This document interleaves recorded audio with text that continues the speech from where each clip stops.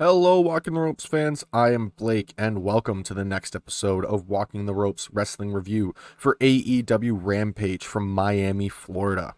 In today's show, we have an epic extra hour of Rampage, rivalries revisited, and a challenge laid down, as well as an awesome Trios main event.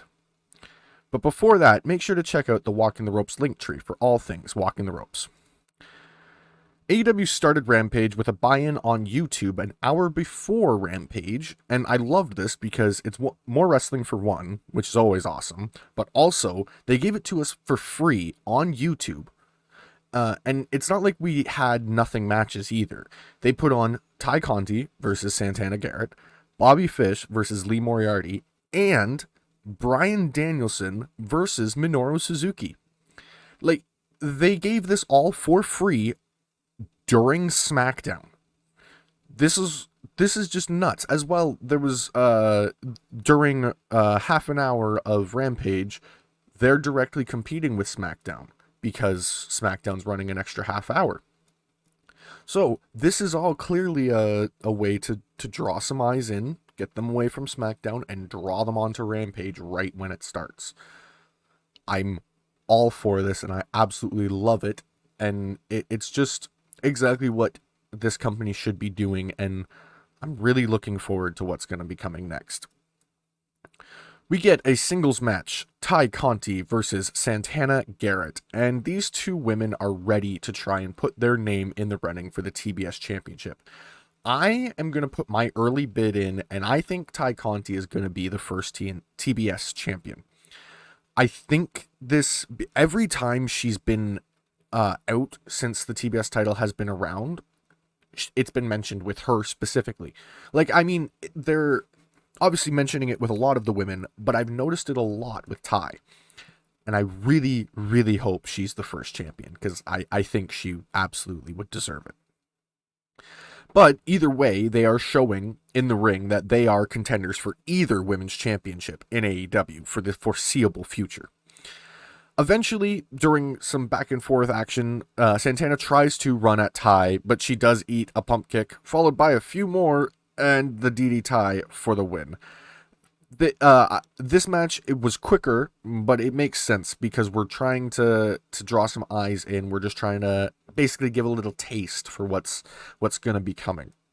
For the Malteser scale, I gave this a 3.25 out of 5. It was really solid and pretty much exactly what you would expect for what this show is.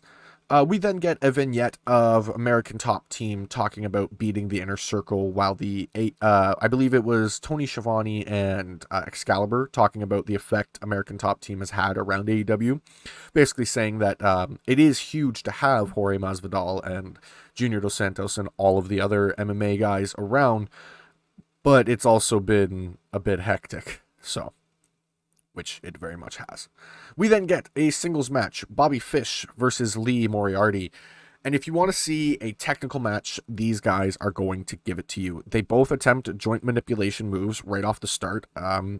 Each man reverses the other, and they just decide to go back and forth with striking and tossing, seeing as the submission moves weren't going to work. And this just goes on for a long while. Neither man can really get rolling on the any kind of offense, and Fish eventually he gets tired of this, and he grabs Lee Moriarty, hits an exploder into the ropes, followed by a decapitating kick for the win. Bobby Fish defeats Lee Moriarty. For my Malteser scale, I gave this a 3.75 out of 5. It was a solid match. I love that we are getting, one, Lee Moriarty signed a contract with AEW. He is All Elite now. And two, Bobby Fish just picked up his first win in AEW, which is awesome as well. It's just building stars, because that's exactly what AEW needs to do. We then get a vignette for Danielson versus Suzuki, talking about their history against each other, because they have had multiple matches in New Japan as well as other places as well. And then we get that singles match, Bryan Danielson versus Minoru Suzuki. And Suzuki and Bryan look to lock up again for the first time in years, and they look like they're going to show us some real wrestling. Both men exchange holds and seem to be testing each other out. And after some really hard strikes, Suzuki seems to be enjoying this and takes it outside where he can control Bryan, tossing him into the post. And after some intense offense from Suzuki, Bryan takes it to him again and stomps on him with his, I guess you could say, patented stomps. But Suzuki asks for more, basically, and ask and you shall receive. They go back and forth some more, exchanging hard shots and knocking each other down. And Taz lets everyone know who's watching TV they are dumb as a box of rocks for missing this. And I couldn't agree more. I love that he took that shot because it is very true. This match was given for free, and I believe there was... I honestly couldn't tell you what was going on SmackDown. I haven't looked. They exchange some hard elbows, and both men attempt their finishers, with Bryan eventually hitting the ropes. Minoru followed him, and Bryan used this as basically a distraction. He ducks him, hits the ropes again, and hits the big flying knee for the win. Bryan Danielson defeats Minoru Suzuki. For my Malteser scale, I gave this a 4.25 out of 5. Absolutely solid match. And I mean, Bryan is just going to be skyrocketing upward for AEW. He is going to be a world champion. He is going to be a big star for AEW. I mean, he already is a big star, but you know what I mean. We then get another video package for CM Punk and Matt Sydal. Next, they are talking about their history, but also how these two men are very different from when they last faced off. We also get talked about how Leo Rush is kind of his stress test for Sydal to see if he's good enough to join his team. We then get the switch over from YouTube to Rampage on TNT. So the first match on TNT is a singles match between CM Punk and Matt Sydal. They show some respect to each other by shaking hands and then start off fast. If Sydal can win here, it would be a huge upset, and it would likely skyrocket Sydal to the main event level. In contrast, if Punk wins, it shows that he really hasn't lost a step. If you know what I'm referencing, you know. As he defeats another competitor of a different style, like he has been, because he really has been defeating guys of a different style. He had Darby, he had Powerhouse Hobbs, he then had, I believe this is his third match, Matt Sydal, maybe this was his fourth if I'm mistaken, if I'm missing one.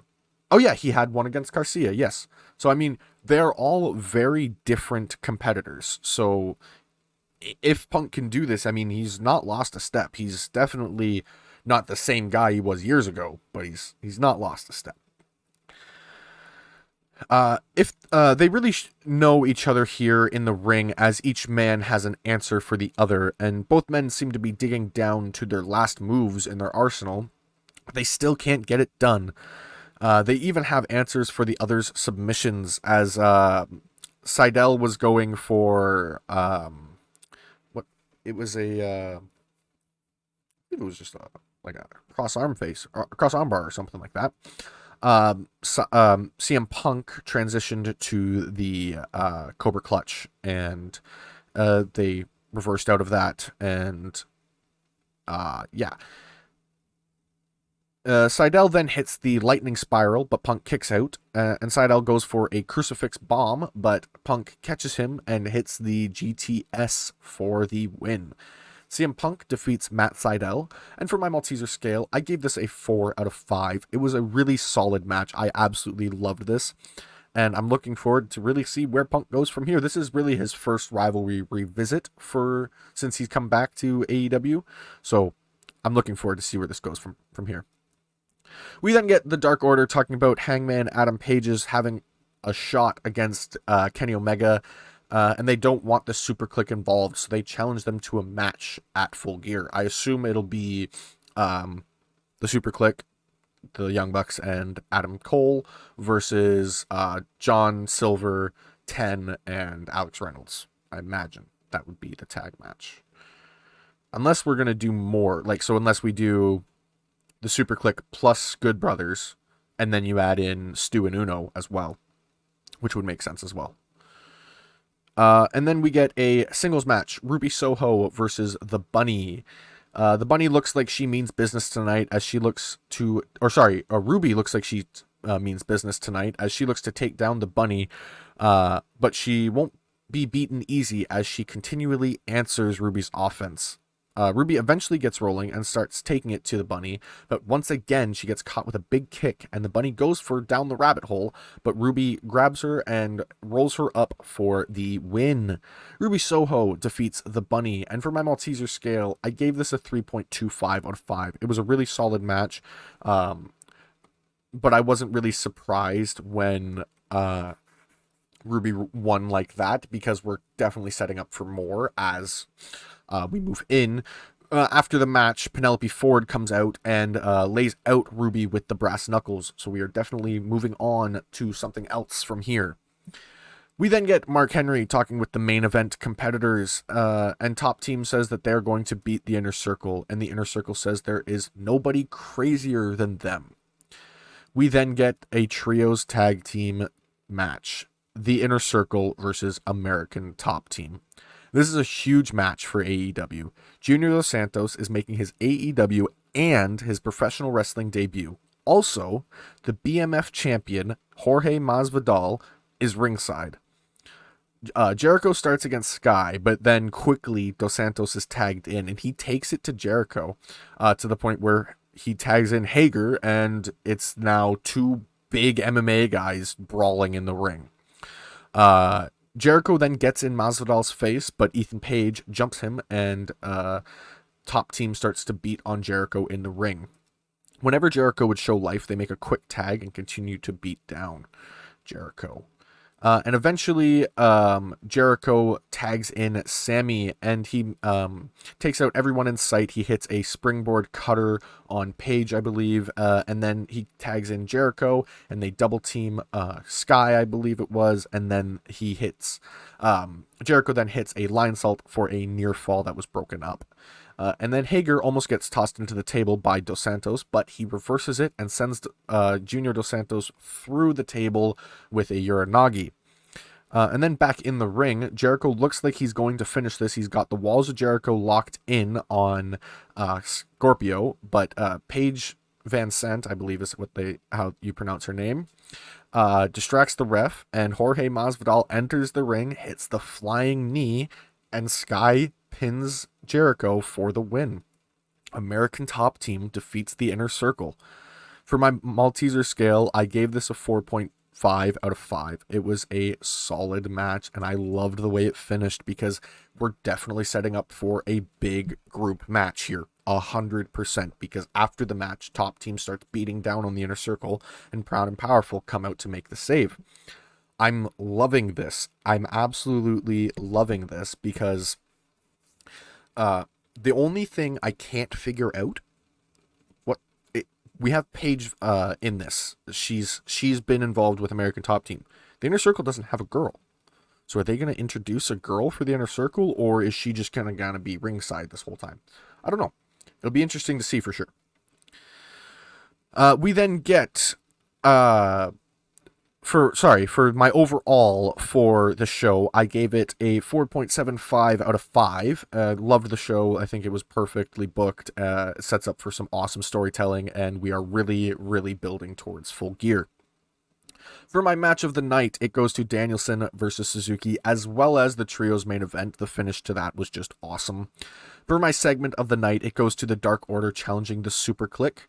And my performer of the night, it goes to Junior Dos Santos. I mean, he was awesome. He surprised the hell out of me. I mean, a lot of times you see these big MMA guys come in and they're really stiff and whatever, but you could see him pulling his punches. He really didn't want to hurt these guys in the ring.